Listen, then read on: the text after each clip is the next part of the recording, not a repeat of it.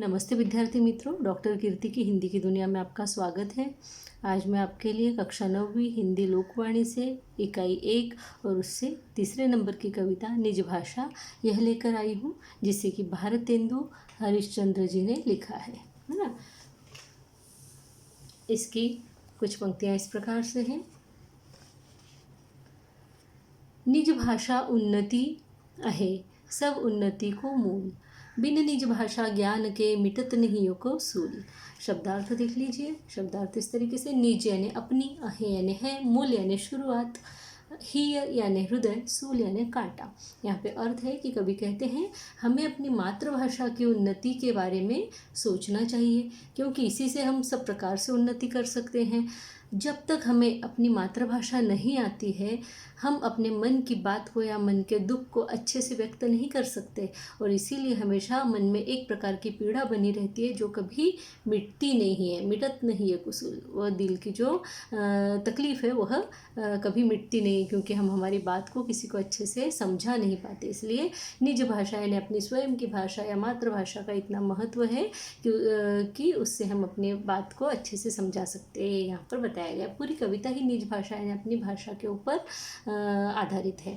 अंग्रेजी पढ़ी के यद्यपि सब गुण होत प्रवीण, पै निज भाषा ज्ञान बिन रहते हीन के हीन। शब्दार्थ देखिए, पढ़ी यानी पढ़कर, यद्यपि यानी यद्यपि, प यानी परंतु, हीन यानी तुच्छ, कम या छोटा। कवि कहते हैं माना कि अंग्रेजी पढ़कर व्यक्ति सभी प्रकार के गुणों में प्रवीण माना जाता है, पर जब तक उसे अपनी मातृभाषा का ज्ञान नहीं होता तब तक वह छोटा ही रहता है, उसका पूरा विकास नहीं हो पाता है ना। आजकल देखा जाता है कि अंग्रेजी पढ़े लिखे को हम ज़्यादा ज्ञानी मान लेते हैं, परंतु जब तक अपनी मातृभाषा में स्वयं को व्यक्त करना न आए, स्वयं व्यक्त न हो सके, तब तक उसका जो ज्ञान है वो अधूरा ही है, उसका विकास जो है वो भी अधूरा ही होता है। इसके आगे की लाइनें हम देखते हैं।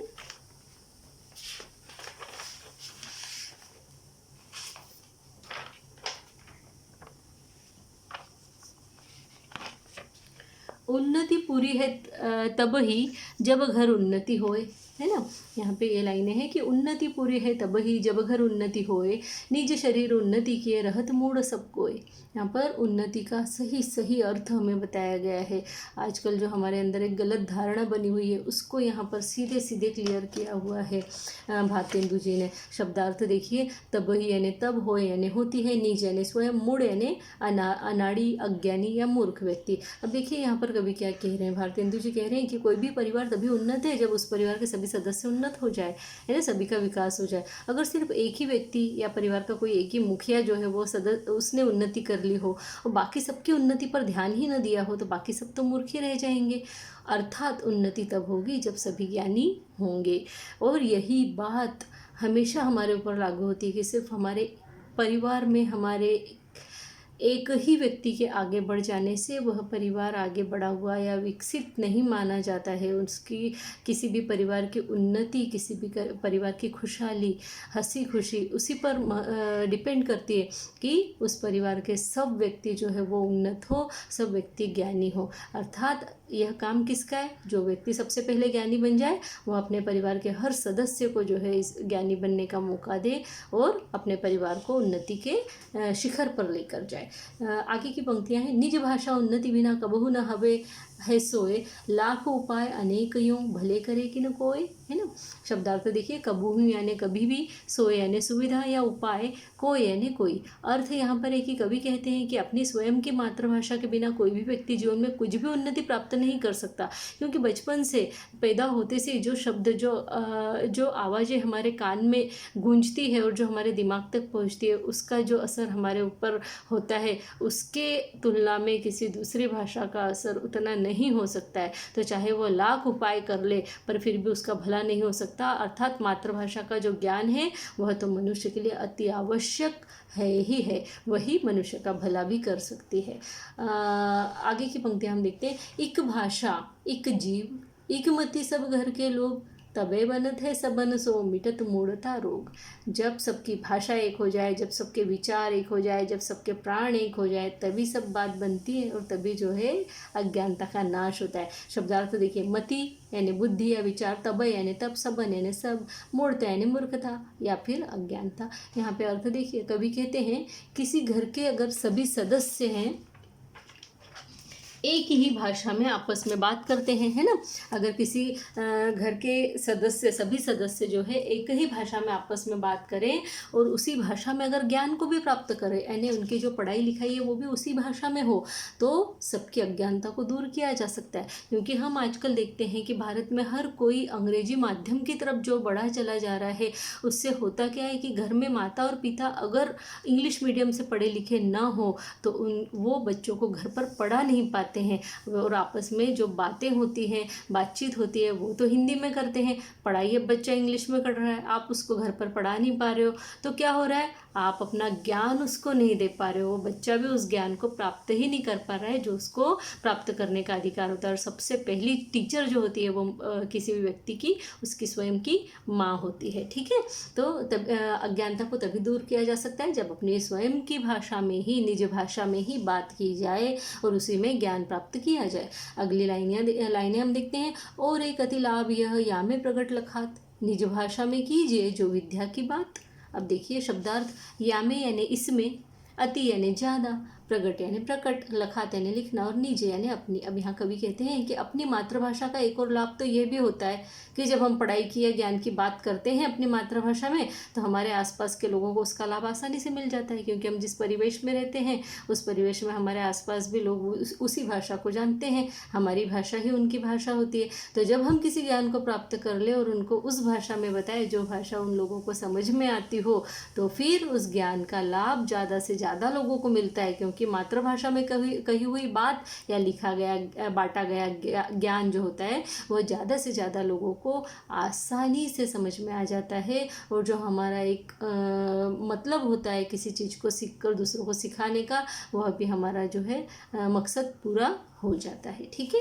आगे की पंक्तियां हम देखते हैं कि तय ही सुनी पावे लाभ सब, बात सुने जो कोय, यह गुण भाषा और मह कबहु नाही होय। यानी यहाँ पे शब्दार्थ हम सबसे पहले देख लेते हैं। ते ही यानी उसे ही, सुनी यानी सुनकर, पावे यानी पाना, सुने यानी सुनना, कोय यानी कोई, गुण यानी गुण, मह यानी मध्य में या बीच में, है ना, या फिर में, कबहू यानी कभी भी, हो यानी होना। अब यहाँ पे अर्थ देखते हैं कि कवि कहते हैं कि अपनी भाषा में समझने और समझाने की जो शक्ति होती है वह विदेशी भाषा में नहीं होती। हम दूसरी भाषा में अपने आप को उतने अच्छे तरीके से व्यक्त नहीं कर सकते जितने अच्छे तरीके से हम अपनी भाषा में अपने आप को व्यक्त कर सकते हैं, एक्सप्लोर कर सकते हैं, है ना। क्योंकि मातृभाषा या निज भाषा जो होती है वह क्या करती है, मातृभाषा या निज भाषा आसानी से समझ में आ जाती है। उसके रोज़मर्रा के चलाऊ शब्दों को भी हम अच्छे तरीके से जानते हैं और उन शब्दों के अर्थों को भी जानते हैं। जबकि जो विदेशी भाषा होती है उसमें हमारा शब्दकोश बहुत ही सीमित होता है, यानी हमारी वोकेबुलरी जो होती है बहुत ही सीमित होती है। अब हम अपनी निज भाषा को लें तो निज भाषा में कई बातें ऐसी होती हैं कि जो जिसके अर्थ सिर्फ हमें को पता होते हैं। बहुत से शब्द ऐसे होते हैं जो डिक्शनरी में नहीं ही मिलते हैं, उनके अर्थ सिर्फ हमको अलग अलग बोली, अलग अलग भाषाओं के अलग अलग जो रोज़मर्रा की बोली है उसके शब्दों के अर्थ सिर्फ हम ही को समझ में आ सकते हैं, है ना। तो कहने का मतलब है कि अपनी भाषा जो होती है वो आसानी से समझ में आती है, उसके रोज़मर्रा के जो शब्द होते हैं उनके अर्थ भी हम बहुत अच्छे से जानते हैं। जबकि विदेशी भाषा जो होती है वो हम पढ़ जरूर लेते हैं, सीख जरूर लेते हैं, लेकिन उसमें हमारा शब्दकोश कभी भी पूर्ण नहीं हो पाता।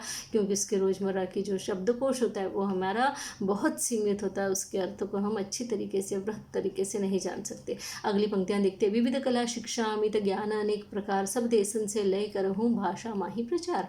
यहाँ पे कितनी अच्छी बात देखिए कवि ने बताई कि चलिए आपको अगर दूसरी भाषाओं का ज्ञान भी है तो आप उसका कैसे उपयोग कर सकते हैं, सदुपयोग कर सकते हैं अपने लोगों के लिए, ये बताया गया। शब्दार्थ देखिए। विविध यानी अनेक, अमित यानी अनंत या असीम, देशन यानी देशों के लिए, लय यानी लेना, करहूँ यानी कर, माही यानी में, है ना। अब यहाँ पे अर्थ देख लेते हैं कि कवि कहते हैं कि ज्ञान कई प्रकार के होते हैं और कई प्रकार की कलाएं होती हैं, कई प्रकार की भाषाएं होती हैं। इसलिए इस अनंत ज्ञान को हमें जहाँ से भी मिले सीख लेना चाहिए, क्योंकि हर एक देश में, विश्व में, हर एक जगह पर, अलग अलग संस्कृति में, अलग अलग समाज में हमको अलग अलग तरह की अच्छी बातें, अच्छाइयाँ मिल जाएंगी। तो सभी देशों में अलग अलग प्रकार की अच्छाइयाँ होती हैं और सभी भाषाओं में भी अच्छाइयाँ होती है ना। कोई भाषा बुरी नहीं होती है, सबकी मातृभाषा है, सबकी भाषा अपने अपने लिए अच्छी ही होती है, क्योंकि उसे उस भाषा में अपने आप को अच्छे से व्यक्त करना आता है। इसलिए हमें सभी जगह से कुछ न कुछ अच्छा सीख लेना चाहिए, जो भी अच्छा मिले उसे सीख लेना चाहिए और उस ज्ञान को हमारे निज भाषा में या अपनी भाषा में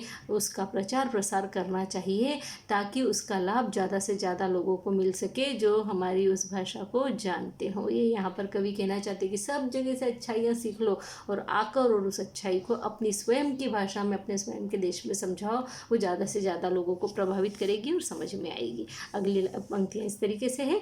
भारत में सब भिन्न अति, भारत में सब भिन्न अति, ताहि सोत्पात, विविध देश मतहु विविध भाषा विविध लखात। अब यहाँ पे देखिए, यहाँ शब्दार्थ यानी भिन्न, शब्दार्थ भिन्न यानी अलग, उत्पात उपद्रव, मतहु यानी मत, अति यानी बहुत, मतहु यानी संप्रदाय, है ना। अब यहाँ पे मत यानी स्वयं का मत, स्वयं का विचार, लेकिन यहाँ पे मत का अर्थ है संप्रदाय का विचार, है ना, एक संप्रदाय। तो यहाँ पे कवि कहते हैं कि भारत में बहुत भिन्नता पाई जाती है, अलग अलग धर्म, जाति, समुदाय के लोग यहाँ पर रहते हैं। यहाँ अलग अलग देशों के अर्थात धर्म को मानने वाले लोग अलग अलग प्रांतों में रहते हैं। बांग्लादेश में बंगाली लोग रहते हैं, साउथ में दक्षिण भारतीय लोग रहते हैं, फिर उत्तर भारत में जो है हिंदू उत्तर भारतीय लोग रहते हैं, ऐसे राजस्थान में राजस्थानी रहते हैं, गुजरात में गुजराती रहते हैं। तो हमारे यहाँ अलग अलग प्रांतों में अलग अलग भाषा के लोगों का निवास है। तो उन सबके धर्म और संप्रदाय भी तो भिन्न भिन्न होते हैं, सबके अपने अपने धर्म है, सबका अपना अपना संप्रदाय है, सबका अपना अपना मानना है, अपने अपने विचार है।